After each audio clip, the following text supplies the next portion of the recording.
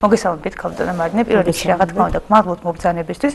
საკმაოდ მნიშვნელოვანი თემა შევარჩიეთ სასაუბროდ, თუმცა საკმაოდ ვრცელ პერიოდსაც ეხება და აქვე დავაზუსტოთ, რომ ჩვენ ვესაუბროთ ქვის ხანის პერიოდიდან პირველ ათასწლეულებამდე, ძველი წელთაღრიცხვის პირველ ათასწლეულებამდე, ბუნებრივია, ამიტომ რომ საკმაოდ ღმაფესვები აქვს ჩვენს კულტურულ მემკვიდრეობას და ბუნებრივია ვერ ჩავეტევით ჩვენთვის განკუთვნილ დროში. რა თქმა უნდა. ხო, მადლობას მოგახსენებთ, ძალიან მნიშვნელოვანი თემა, მით უფრო ის დღევანდელ ეტაპზე კიდევ ბევრ კვლევებს მოითხოვს და ასე შემდეგ. ეხლა საქმე რა შეიცით, თვითონ განვარტყოთ დღევანდელ დღეს კულტურა რას ნიშნავს და რატომ? იმიტომ რომ დღეს მოაზრებულია ასე, რომ კულტურა არის მხოლოდ ხელოვნების დარგები. მოდით ესე ვთქვათ, რომ კულტურა არის ის, რაც შექმნა ადამიანმა. ანუ ეს არის თვითონ პოლიტიკა, თვითონ მეცნიერება, თვითონ ხელოვნების დარგები და ასე შემდეგ. ამიტომ იცით როგორ არის ეს როგორც საანბანო სისტემა ისე უნდა მივიღოთ, იმიტომ რომ აი რაღაცნაირად კულტურის სამინისტროს ისე აქვს დღეს კულტურა, ხელოვნების დარგები და ასე შემდეგ.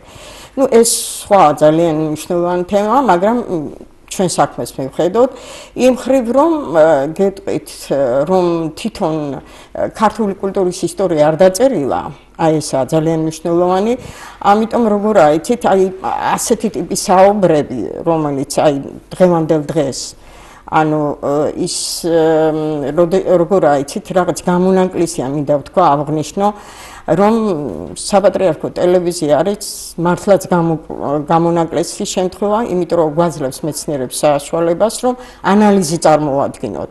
აი ესაა ძალიან მნიშვნელოვანი, იმიტომ რომ დღევანდელ დღეს რატომღაც არის აღწერა და არა ანალიზი. ეს არის ძალიან დიდი ნაკლი ჩვენი მეცნიერების და ამიტომაც სწორედ ეს ანალიზი, რომ დავკარგეთ ჩვენ ანალიზის უნარი, მინდა გითხრათ, ამიტომ არის, რომ ქართული კულტურული მემკვიდრეობის არც ერთი დარგი შეფასებული არ გახლავთ, არადა ეს არის ჩვენი საფუძველთა საფუძველი.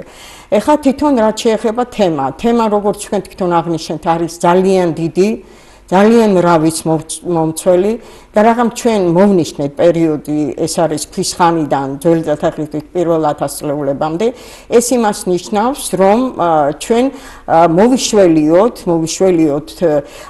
ძველი ეპოქების შემსწავლელი დარგები, როგორც გახლავთ, აი მაგალითად გენეტიკა, არქეოლოგია, ანთროპოლოგია, პალეონტოლოგია, პალეობიოლოგია და ასე შემდეგ. დღევანდელ დღეს საბედნიეროდ პროფესიონალები გვყავს, ამ დარგის პროფესიონალები გვყავს, მხოლოდ გჭირდება ყველა ამ პროფესიონალების თავმოყრა. უნდა პროექტად უნდა ჩამოყალიბდეს და ეს ყველაფერი უნდა გაიწეროს, იმიტომ რომ უზარმაზარი რესურსები დაგროვდა. უზარმაზარი იმხელა დიდი მონაწილეობა. ყველა მიმართულებით რაც თქვენ გააჩნიათ. რა თქმა უნდა, ეს ყველაფერი არის მოცემული ცალკეულ დარგებში, მაგრამ ეს რომ გაიწეროს, ამის აუცილებლობა სახეზეა და რატომ? თვითონ აი ქართული კულტურის ისტორია, საერთოდ მისი გააზრება, წარმოჩენა და საზოგადოებაში ამის რაღაცნაირად გავრცელება, ეს იმდენად აუცილებელია. შეიძლება ვამბობთ, რომ უძველესი ცივილიზაციის ერი ვარ ჩვენი. გასაგებია, ეს რიტორიკული ნათქვამი საკმარისი არ არის 21 საუკუნეა და ახალგაზრდებს თქვენ გჭირდებათ სწორედ იმ ძველი შემსწავლელი მეცნიერების დარგებში ინფორმაციის თქვენებურ ენაზე, ანუ მარტივად გასაგებ ენაზე თქვენთვის უნდა იყოს ეს იმდენად ახლობელი, იმიტომ რომ როგორ აიცით, სულ ამას ვამბობ და თქვენ ტელევიზიაშიც ამაზე მithქვამს, რომ ეს იგი რა არის თვითონ კულტურული მემკვიდრეობა. ის რომ შენ გაქვს რა, იცით, мотиваცია გაქვს, რომ იყო ძლიერი. იმიტომ რომ შენ რაღაც ციცი, რომ შენი წინაპარი იყო შემქმნელი, აი სწორედ ტექნოლოგიების შემქმნელი, რაც კაცობრიობას მისცა ბიძგი რომ განვითარებულიყო და შემდეგ ხარ შენ როგორ არის შენი მემკვიდრე, ანუ როგორ არის ეს იგი გამორჩეული ვარ ჩვენ ვართ უძველესი ცივილიზაციის მატარებელი ერი ვართ, მემკვიდრეები უბრალოდ.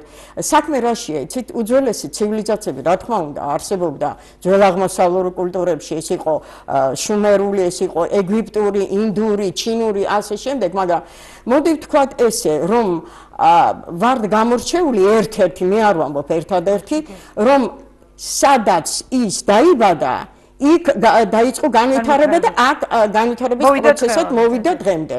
ეს არის ძალიან გამორჩეული და რა. მით უმეტეს ამხელა საინფორმაციო ველი არსებობს. ტექნოლოგიები განვითარდა და უნდა არსებობდეს ბუნებრივია. სათქმელი ძალიან ბევრია, იმიტომ ვჩქარობ ცოტა, მაგრამ ეხლა როგორ აიცით, მოდით დავალაგოთ სისტემურად.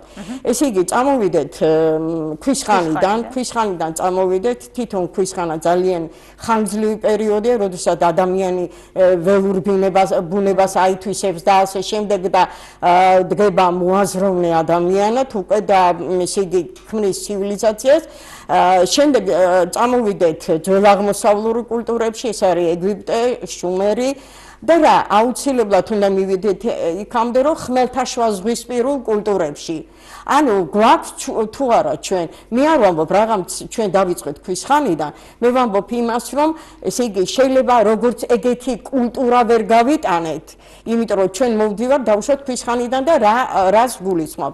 ეხლა საქმე რაშია, იცით, ევროპელებს, რომელიც დღეს სწორება გვაქვს, ევროპისკენ გვაქვს სწორება, ხო? აი ევროპელებს თვითონ აინტერესებთ ის, რომ პირველადი მათი მოსახლე ვინ იყო და ვინ შემოიტანა კულტურა, მოდი ვთქვათ, ან ვისი სახელითაა ის კულტურა, რომელიც დღეს ევროპას აქვს. როგორ აიცით, არსებობდა ესე იგი ვარაუდი, რომ მათ ესე იგი ნაშტი, ადამიანის ნაშტის მიხედვით, არსებობდა ვარაუდი, რომ 4 გენეტიკური სახესხვაობა იყო ევროპაში. მე ვამბობ ცენტრალურ ევროპას და დასავლეთ ევროპას. 4.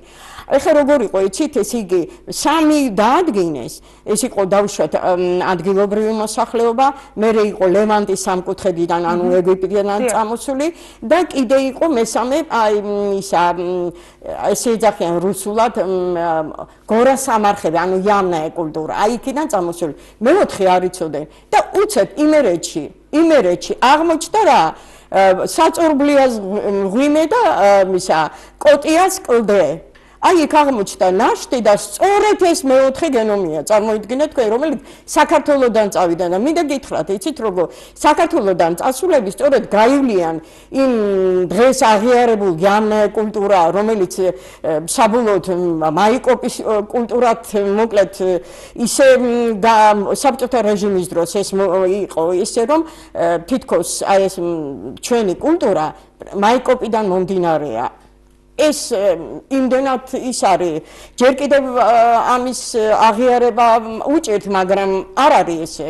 იმიტომ რომ ჩვენ ყველა მონაცემები, რომელიც აი კულტურული მემკვიდრეობა, როდესაც გაიაზრებ კულტურულ მემკვიდრეობას, იმ წუთას მიხვდები, რომ ეს არ არის სწორი, იმიტომ რომ ჩვენ თვითონ საქართველოს ტერიტორიაზე იყო მე-7000 წლეულიდან პირველადი დარგები მიწათმოქმედების, მეცხოველეობის, კერამიკული წარმოების, მეტალურგიის, მეღვინეობის, ნუ მეტი რა ვიცი, ხა მეტი რა პირველადი დარგები არის ჩვენში და გარდა ამისა, ნუ ეს არ ითქვას, არ შეიძლება.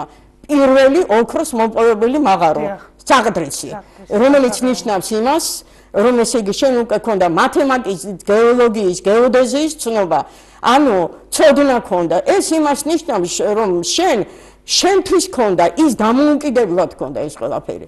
ეხლა რა არის, რაღაც ეს მოხდა ისე, რომ წარმოიდგინეთ თქვენ ცენტრალურ ევროპაში, დასავლეთ ევროპაში შენი გენეტიკა მიდის. ამაზე სხვათა შორის იცით რა არის, მოხდა ისე სასწაული, რომ ის რასაც ვარაუდობდნენ ძველი ჩვენი მეცნიერები, ვარაუდობდნენ და სხვათა შორის უცხოელებიც. აი მათ შორის ბლუმენბახი, რომელიც ანთროპოლოგიის ერთ-ერთი ქვედარგია, კრანიოლოგია, რომელიც მარტო თავის კალას ის ამბობს იმას, რომ ესე იგი აქედან წამოსული სწორედ მოაზროვნე ადამიანი, რომელიც ესე იგი კრომანიანად ბოლოს სახეობა, რომელიც თანამედროვე ადამიანთან მიახლოებულია, კრომანიონს იბერიელს უკავშირებს. ანუ როგორ აიცით, თვითონ არასწორი მიდგომაა, როდესაც მე ცოტა გადახვევას ვაკეთებ და რატომ? იმიტომ რომ როგორ აიცით, მარტო ის სალაპარაკო არა. რაღაც ჩვენ კოტიას ღვინეზე გვაქვს საუბარი, ჩვენ ესე იგი ვინ ვართ? რა სახელწოდებითა ვართ? ჩვენ ვართ ძველი იბერები. ანუ კრებითი სახელწოდება, კრებითი, რომელშიც ერთიანდებოდნენ ტომები, კრებითი სახელწოდება იყო იბერი. იბერების ნაკვალევი აღნიშნული აქვს სხვადასხვა უცხოელ ავტორებს, ესე იგი კლოდი, გელმონტი, ლამერი, აღნიშნული აქვს, რომ იბერების ნაკვალევი იყო ევროპაშიო. უფრო მეცაც ამბობენ ისინი როგორ მოხდა კელტების როგორ შემოჭრა მოხდა, როგორ მოხდა მათ შორის უთანხმოება, როგორ ჩამოვიდნენ იბერები ესპანეთში და ეს აღწერილია და საბედნიეროდ უკვე წამოვიდა ისეთი დარგი, რომელიც გენეტიკა ხსნის ამას. იმიტომ რომ როგორ აიცით, კულტურა შეიძლება გადაიტანო დაუშვათ აკეთებ თიხას, ყური, რაღაც მოალამაზო რაღაცა, მაგრამ ძვალს ვერაფერს ვერ უზამ. იმხელა დიდი მნიშვნელობა გენეტიკას, მაგრამ გენეტიკა რა არის? იცით როგორ არის? ამ შემთხვევაში გენეტიკა შენ გიჩვენებს სამტკიცებელს, მაგრამ იქიდან უნდა განავრცო მერე. იმიტომ რომ მარტო ის რომ ძლოვანი სისტემა მოუძებდნენ, მაგრამ ის უნდა მერე ანუ ამას უნდა დაუმატო დაუშვათ ის რომ კულტუროლოგიური განხილვა რომ აი რას გაძლევს თვითონ ეს ძვალი სისტემა მაგრამ კიდე რა თქმა უნდა აი სწორედ ამისკენ ამიმავალი ეს რომ ჩვენ გვყავს მეცნიერების არაჩვეულებრივი მეცნიერები გვყავს აი ხა დღეს აი ძველი დარგების შემსწავლელი აი არ დავიღლები ამაზე ლაპარაკებთ ნუ არქეოლოგიები გვყავს აი ერთმანეთზე უკეთესი ქალბატონი ელისო ყავაძე პალეონოლოგი არაჩვეულებრივი ნანა რუსიშვილი რომელი ისა შატილოვა ირინა შატილოვა რა ვიცი მაია ეხლა დამავიზდა გვარი ნუ შესანიშნავი ისა გვყავს მეცნიერები გვყავს ესე იგი ჩვენ ასე ვთქვათ ჩვენ ნაკვალევი გვაქვს ცენტრალურ ევროპაში ამაზე უკვე უცხოელები ლაპარაკობენ ეს არის მტკიცებულება ეხლა როგორ არის ეს არის ქვის ხანა ანუ ეს არის ზემოპალეოლითი, მეზოლითი, ნეოლითი. ეხლა მოდით თქვათ ასე, ნეოლითში რა ხდება?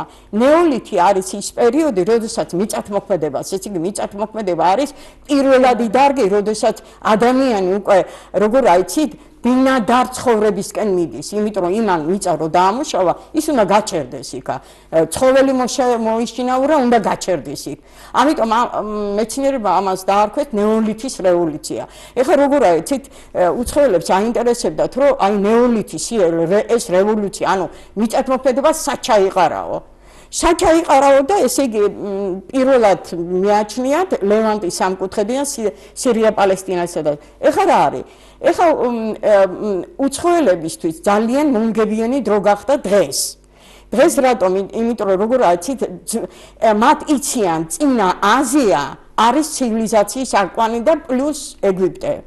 წინა აზიაში შემავალი ვართ ჩვენც. მთლიანად კავკასია, ეს არის შუამდინარეთი, ანუ დღევანდელი ერაყი, შემდეგ ირანი, შემდეგ ეგვიპტე, თურქეთი, ეს ყველაფერი, მაგრამ საქმე იმაშია, რომ ჩვენთან შედარებით სტაბილური მდგომარეობაა. ამიტომ სიამოვნებით მოდიან. ევროპელები ჩვენსკენ მოდიან და რატომ ავახსენე ეს? რაღაც დაადგინეს რომ ლევანტის სამკუთხედიდან წამოვიდნენ მიწათმოქმედები მათ აინტერესებს ის რეგიონები სადაც მიწათმოქმედების ადრეული კერაა მოვიდნენ არუხლოში აი ქვემო ქართლში მოვიდნენ აი რა მარტივად ვამბობ ხო ხედავთ იმიტომ რომ ეს როგორ არის იცით ეს ჩვენ თვალწინ ხდება ყველაფერი ჩვენ რეგიონში ხდება და როგორ ამაზე უნდა ყველამ უნდა იცოდეს ჩვეულებრივი მომენტია ეს ყველაფერი იმიტომ არ მინდა გადავუხვევ მაგრამ აუცილებლად ვთქვა ჩვენ თუ გინდა დავიმტკვიდროთ ჩვენი თავი პოლიტიკურ სპექტრში თუ გინდა ჩვენ უნდა აი ეს უნდა წარმომაჩინოთ იმიტომ რომ აი ამ დოკუმენტური ფილმების სახით მაგალითად ისეთი ის არის მასალა დისკავერის ისეთი მასალა რომ ოღონდ შენ ფული ამაში დადე ისეთი მასალა და ისეთი ისინი გავა ამაზე დოკუმენტური კადრები რომ აქეთ შემოვა ფული ერთი ოღონდ გავიდეს აქეთ შემოვა ფული ამაზეა საქმე და კიდე რა არის იცით ეხა თანხმედრა უნდა მოხდეს იმის რომ დავუშვათ მეცნიერი რო ამბობს ვიღაცამ უნდა დადოს ფული და გარდა ამისა ახალგაზრდებში უნდა გავიდეს რა იმიტომ რომ იგივე რეჟისორი იგივე ისა სცენარისტი სიტყვაზე ვამბობ არის ახალგაზრდა ანუ ეს კომპლექსურად უნდა მოხდეს პლუს ამხელა მასალა გაქვს. ეხლა რა არის? წამოვიდე მიწათმოქმედებასთან მივედით და რა აუხლოში ნახეს მე-6000 ლეულში, ესე იგი მთლიანი მეურნეობა. აქვე ნახეს აუხლოში ისა რა ქვია ვაზის წიბწები, აქ ნახეს კერამიკული და ანუ ყველაფერი აქ იყო თავმოყრილი. ეხლა როგორ აიცით? ეს არის მე-6000 ლეული. მოდი ვნახოთ ეხლა რა ხდება ძველ აღმოსავლეთში. ძველ აღმოსავლეთში რა ხდება, ეგვიპტეში რა ხდება. ჯერ შედი შუმერები მოსულები არიან. იმიტომ რომ არიციან მათი ეთნოსი ვინ არის, არიციან საიდან არიან მოსულები, მაგრამ უცებ რაღაც სასწაული გააკეთეს. არიციან ეგვიპტეს წინაპირობა, იმიტომ რომ როგორ აიცით 4000 ჩონჩხი ნახეს, 4000 ჩონჩხი. ჩრდილოეთ ეგვიპტეში, სადაც ეგვიპტური ცივილიზაცია ჩამოყალიბდა. და როგორ მოხდა იცით? ესე იგი მოხდა ისე რომ ესე იგი კლიმატური ცვლილებების გამო გამოშრა და ის მუმიები გადარჩენ. ამიტომ 4000 ჩონჩხი შემორჩა და დადგინდა რა? ის სწორედ ცივილიზაციის საწყისების შემქმნელები ყოფილან თეთრკანიანები. და არა აფროაზიელები. მერე მოხდა ცვლილება. ეხლა მოდით ნახოთ, ჩვენ გვაქვს თუ არა ურთიერთობა, რაიმე სახის ურთიერთობა გვაქვს თუ არა. ეხლა როგორ არის, იცით, უკვე უცხოელები მეცნიერები ამბობენ, რომ ესე იგი კავკასიური გენის არიან ფარაონები, ანუ წინამძღოლები ვინც არიან და მართლა აღმოჩნდა აი სწორედ ამ ფარაონებში აღმოჩნდა თეთრკანიანები აღმოჩნდნენ. მათ შორის ქერათმიანი ჯინჯერი, ასე ქვია, ბრიტანეთის მუზეუმშია, ერთ-ერთი ფარაონის ნაშთია, ისა ქალიშვილი, ეხტანონის ქალიშვილი, ale სუფთა თეთრკანიანი ქალბატონია, იმაზე სტელაზე აღნიშნული. ანუ ეხლა ვნახოთ ჩვენ თუ გვაქვს რაიმე კავშირი. ეხლა როგორ აიცით, ხვამლის გორა დღემდე ამოუცნობია. მაგრამ მიუხედავად ამისა, მაინც შეძლეს რაღაცის ინფორმაციის ამოღება. ეს არის ის, რომ ნახეს მძივები, რომელიც მხოლოდ ეგვიპტეში კეთდებოდა. 12 კილოგრამი მძივი და გარდა ამისა ნახეს რა არის სკარაბეები. ეს არის ხოჭოს მაგვარი, ესეთი ნივთია, რომელიც მზის სიმბოლოა. გარდა ამისა გვაქვს უამრავი დამთხევა სოფლების სვანურმა შემოვინახა. აი მაგალითად და გარდა ამისა რაჭაში ონია და იგივე არის ონი იმაში ეგვიპტურ იმაში ეტიმოლოგიად არის ონი. თქვენ წარმოიდგინეთ ეს რა ხდება და ეხლა კიდე რა არის, იცით, პაპირუსზე ძველი წელთაღრიცხვის 19 საუკუნის პაპირუსზე აღნიშნულია ეს ეგვიპტის ისტორიაში აღნიშნულია რომ ეგვიპტე ესე იგი რაჩენთან იმაშებოდაო საბაჭრო ურთიერთობა ჰქონდა და მართლა გადმოცემით არსებობს რომ რაჭაში მაღაროები იყო საიდანაც მართლა იმდენი ამოდიოდა მეტალურგიული გამონამუშევარი იმდენი ამოდიოდა რომ ის მარტო მკვიდრ მოსახლეობისთვის არამედ იმდენი იყო რომ საბაჭრო ურთიერთობისთვის იყო მე ძალიან მოკლედ ვამბობ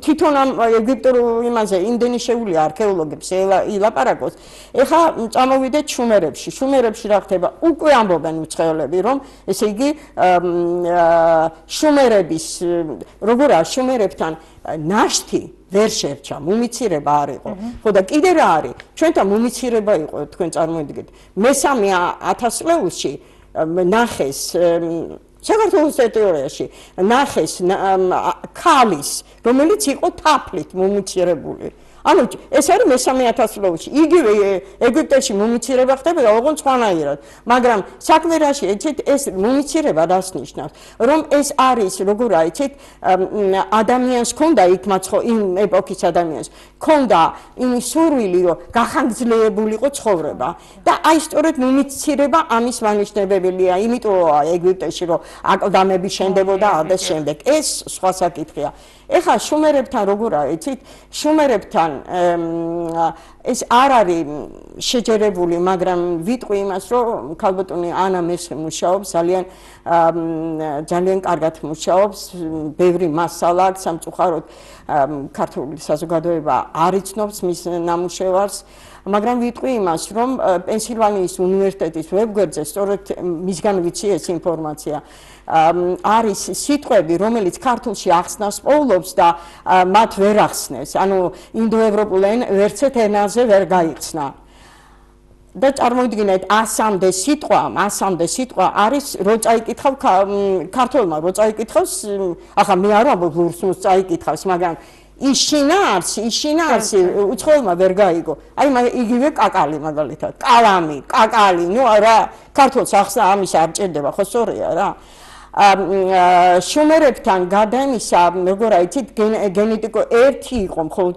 შემთხვევა რომ გენეტიკურად შეძლებს მსგავსება იმიტომ რომ როგორც გითხარით ნაშთი არ არის სიტყვებშია და კიდე რა არის იცით ესე იგი როგორ ხდებოდა ეს ჩვენ ქვისხანის პერიოდში ნეოლითში როგორც გითხარით აღრუხლოში მე-6000 წელში უკვე გვაქვს სოფელი ხო აი ეხლა აქეთ მოვდივართ ესე იგი აქეთ მოვდივართ უკვე როგორ აგვათ ადრეულ ბრინჯაოს ხანაში სასწაული მოხდა საღდრესი ადრეულ მტკვარ-არაქსის პერიოდი ანუ როგორ არის იცით ჩვენ უკვე იმდენად ვართ გაძლიერებული რომ იმიტომ რომ ეს კულტურული მემკვიდრეობის დარგები გვაქვს ჩვენ შეგვიძლია ამის გატანა და სხვათა შორის ამ გატანასთან დაკავშირებით ძალიან მნიშვნელოვანი წყაროა ბერძნულ-რომაული იმიტომ რომ იქ გეუნება თვითონ ბერძენი გეუნება დავუშვათ იგივე ცხვართან დაკავშირებით გეუნება ბერძენი წერთ თვითონ ამას რომ აი ისო გავრცელებაო იმაშიო ესპანეთში იტალიაში გავრცელებაო ბერძენი ვაჭრისგან მოხდაო ანუ როგორ ხდება იცით ესე იგი მე-4000 წლებში საყდრისი იყო ეს არის მტკვარ-არაქსის პერიოდი მერე მოდის თრიალეთის მე-3000 წლეული წყინვალე აქ კიდე რა მინდა ვთქვა რომ იცით აქ არ შეიძლება რაიმე ეჭვის შეტანა რომ ის ჩვენია იმიტომ როგორ არის იცით ესე იგი მე-3000 წლებში უკვე ვიცით რომ ენათმეცნიერები ამბობენ რომ ენების გაყოფა მოხდა ანუ უკვე არის რაღაცა მონაცემი იმის რომ ერთიან ენობრივიდან რაღაცა ხდება დაშლა რატო ხდება იმიტომ რომ ცალ-ცალკე მრავალფეროვნება იქნება ის კი არა რომ ჩვენ ვიშლები და სხვას ვერევი და რაღაცა ანუ მრავალფეროვნება ის რომ მაგალითად მტკვარ-არაქსის კულტურიდან წამოვედი თრიალეთში და უკვე მე-3000 წლეული შუახანებში საქართველოს ტერიტორიაზე რაღაც სასწაული ხდება იმიტომ რომ აღმოსავლეთ საქართველოში თრიალეთის კულტურაა და დასავლეთ საქართველოში კოლხეთმა დაიგროვა ყველაფერი ის მოცემულობა ის განვითარების ყველა ეტაპის შედეგი კოლხურმა კულტურამ დაიგროვა ამიტომ მოხდა რომ კოლხეთმა შექმნა როგორ აიცით ერთგვარი მაგალითი შექმნა იმისა როდესაც უკვე ძველაღმოსავლური კულტურები გაქრა მე-2000 წლეულისთვის უკვე შუმერები თითქმის აღარ არსებობენ ეგვიპტე კარგავს თავის სუსტება ყოველ შემთხვევაში აი კოლხეთმა მოგვცა არაჩვეულებრივი ნიმუში იმისა რომ როგორ უნდა შექმნილიყო სახელმწიფოებრივი გაერთიანება ეხლა რა არის ჩვენ გვაქვს უკვე ისეთი მასალა მეტალურგია გვაქვს იმიტომ რომ მეტალურგიის არაჩვეულებრივი ხერხები გამოვიგონეთ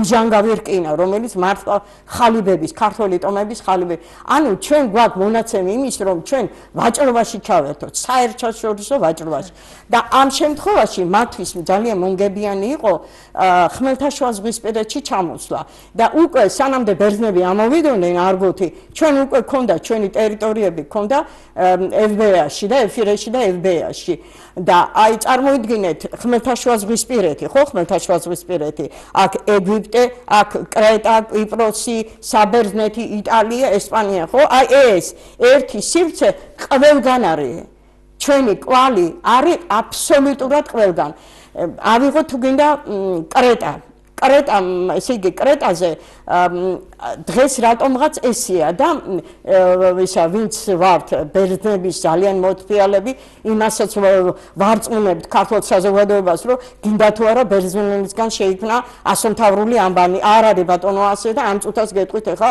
რატომ არა ეხლა როგორ აიცით კრეტაზე შეიქმნა მინოსის არაჩვეულებრივი ეს იყო რაღაც ფანტასტიკური რაღაცები ხდება სწორედ მინოსის პერიოდში და მინოსის მეუღლე იყო მედეა ისა ბერძენი მედეას მამიდა პასიფაე ანუ აქ იმდენი ის არის მონაცემებია მე არ ვამბობ რომ მარტო ქართველებმა შექმნეს და რაღაცა მაგრამ ის კვალი არის პირველი ეს არის რა ხაზო ფესტოს დისკო Pestos disco, რომელიც იგი არის პირველი ნაბეჭდი ნიმუში, სოფლიოში.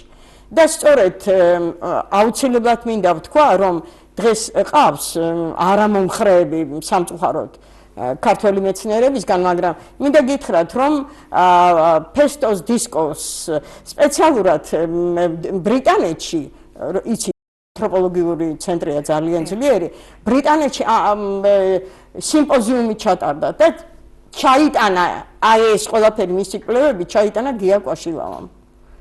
და იქ აღიარეს და ენციკლოპედიებშია უკვე ეს ყველაფერი. ნუ ეს სხვა თემაა და ესე იგი ჩვენი კვალი უკვე ჩანს კრეტაზე. ეს რას ნიშნავს? დამწერლობას ნიშნავს და წარმოიდგინეთ თქვენ იქვე კრეტაზე იქმნება ხაზოვანი ადამწერლობა. როგორ აიცით, ესე იგი აი ეს თვითონ იეროგლიფური იყო ეს Pestos disco და საწერად რთული იყო. ამიტომ გამოიგონეს რაღაც სხვა ხერხი, რომელიც უფრო გაიწერებოდა. ამიტომ გამოიგონეს ხაზოვანი ადამწერლობა. ისიც გია კვაშილავამ გაშიფრა და დღე აი უკვე მე-20 წელია მუშაობს და წარმოიდგინეთ თქვენ, მან ნახა საერთო ხაზოვან ადამწერლობასა და ასომთავრულს შორის. ამიტომ იცით როგორ არის ამისი ის რომ ბერძნულიდან შენ ქონდა ასომთავრული დამწერლობა, ნუ აი არ ვიცი, სრულიად გაუგებარია. მით უმეტეს თუ ამას განსაზღვრავთ იმით, რომ ბერძნები კრეტაზე მოვიდნენ მხოლოდ მინოსის კულტურის შემდეგ. ანუ მე-19 საუკუნეში, ძველი წელთაღრიცხვის მე-19-18 საუკუნეში ძალიან ნაყვავებული იყო ეს ყველაფერი და მე-14 საუკუნეში მოდიან ბერძნები. და როდესაც არ გვამოდის ჩვენთან, ისინი ეძებენ სამკვიდრებელ ადგილს.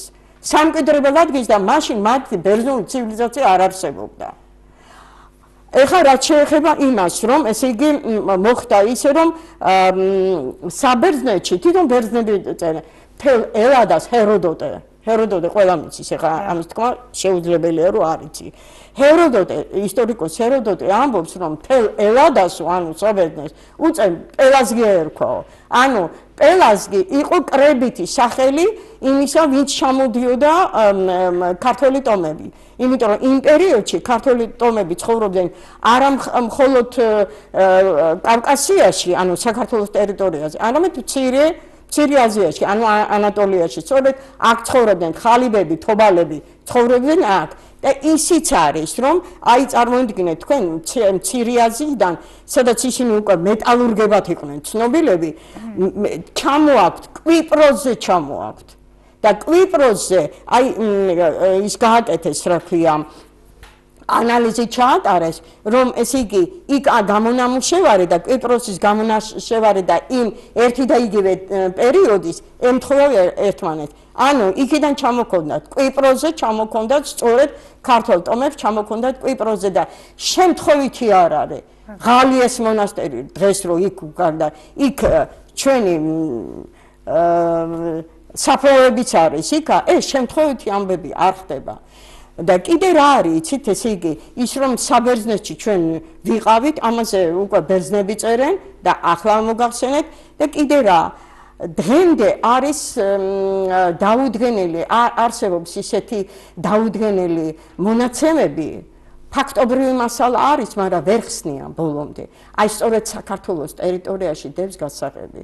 ამას მე ტყილა უბრალოდ არ ვიტყვი, იმიტომ რომ ამაზე უკვე მონაცემებია ძალიან ბევრი. და მოდი ვთქვათ, ესე თვითონ არ მინდა ძალიან ის ქნა კატეგორიულად ვიყო, მაგრამ კავკასიაში, თვითონ კავკასიაში, აი ეს ყველაფერი აქტივი. მოდი ვთქვათ ესე, ვისია, ანუ ის წინამძღვრები, რომელიც შემდეგ კავკასიელმა ხალხმა აიღო, ეს წინამძღვრები საქართველოს ტერიტორიაზე მოხდა, საქართველოს ტერიტორიაზე და მოდი ვაღიაროთ უკვე, მოვიდა დრო, ვაღიაროთ, რომ არსებობდა წინარე ქართული ცივილიზაცია, ანუ პროტოქართული ცივილიზაცია არსებობდა, უფრო მეცად გეტყვით, რომ ესე იგი მოაზრებული ქონდა, მე დროში ხო არ ვიჭრები. ცოტა ძრო გრჩება, ამიტომ დაასრულეთ, რა თქმა უნდა, ქავტა. ხო, აი ესე იგი სქემა გამოვიდა ასეთი.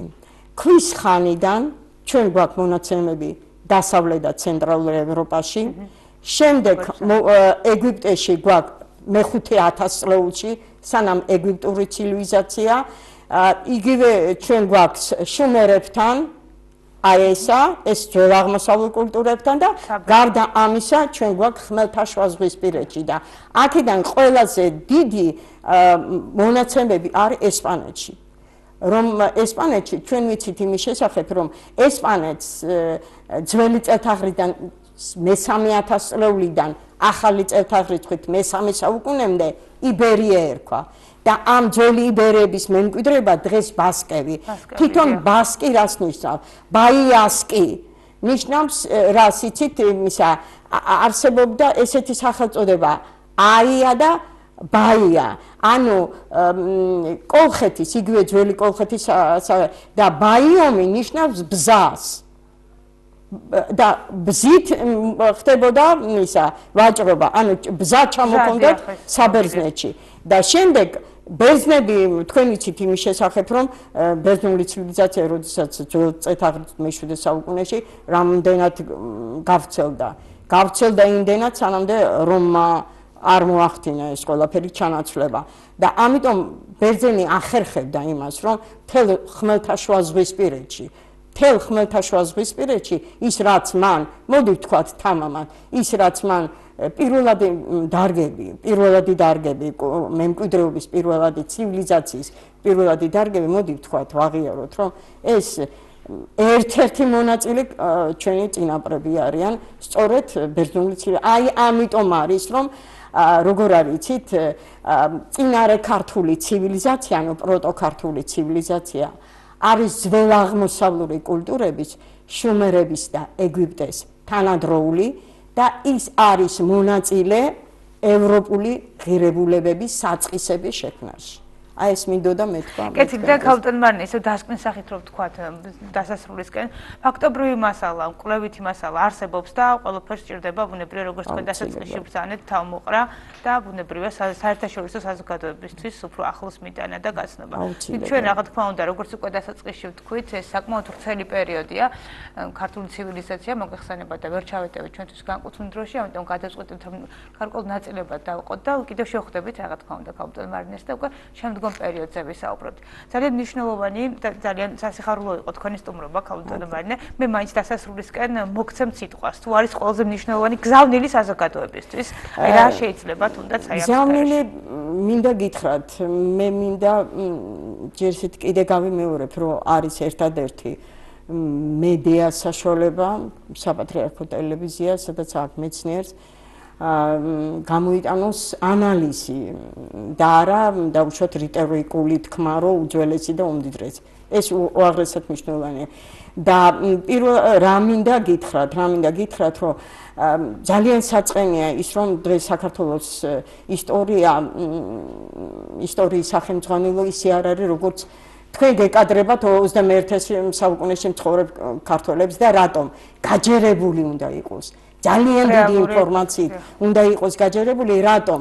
რომ თქვენ გქონდეს мотиваცია ამ ქვეყანაში დარჩენის და ამ ქვეყანაში სიკეთის ქმედების. აი ეს მინდოდა მეთქვა, ძალიან დიდი მადლობა. დიდი მადლობა თქვენ მომბრძანებისთვის, რა თქმა უნდა, აი ამ ყველაფრის ცოდნა და გააზრება თითოეულ ჩვენგანს გვაძლევს იმის საშუალებას, რომ უფრო ამაყად წავსდგეთ ნებისმიერი საზოგადოების წინაშე და არა ამპარტავნებით, არამედ პირიქით უფრო მეტი მოგრძალებაც გქონდეს და მეტი პასუხისმგებლობაც რა თქმა უნდა. ქალბატონ მარინე ცინცაბაძე საუბრობდა პირდაპირ ეთერში ფილოლოგიურ მეცნიერებათა დოქტორი, კულტუროლოგი და არასამთავრობო ორგანიზაცია მემკვიდრეობის თავმჯდომარე, გემშვიდობებით. საინტერესო იყო თქვენთან შეხვედრაში.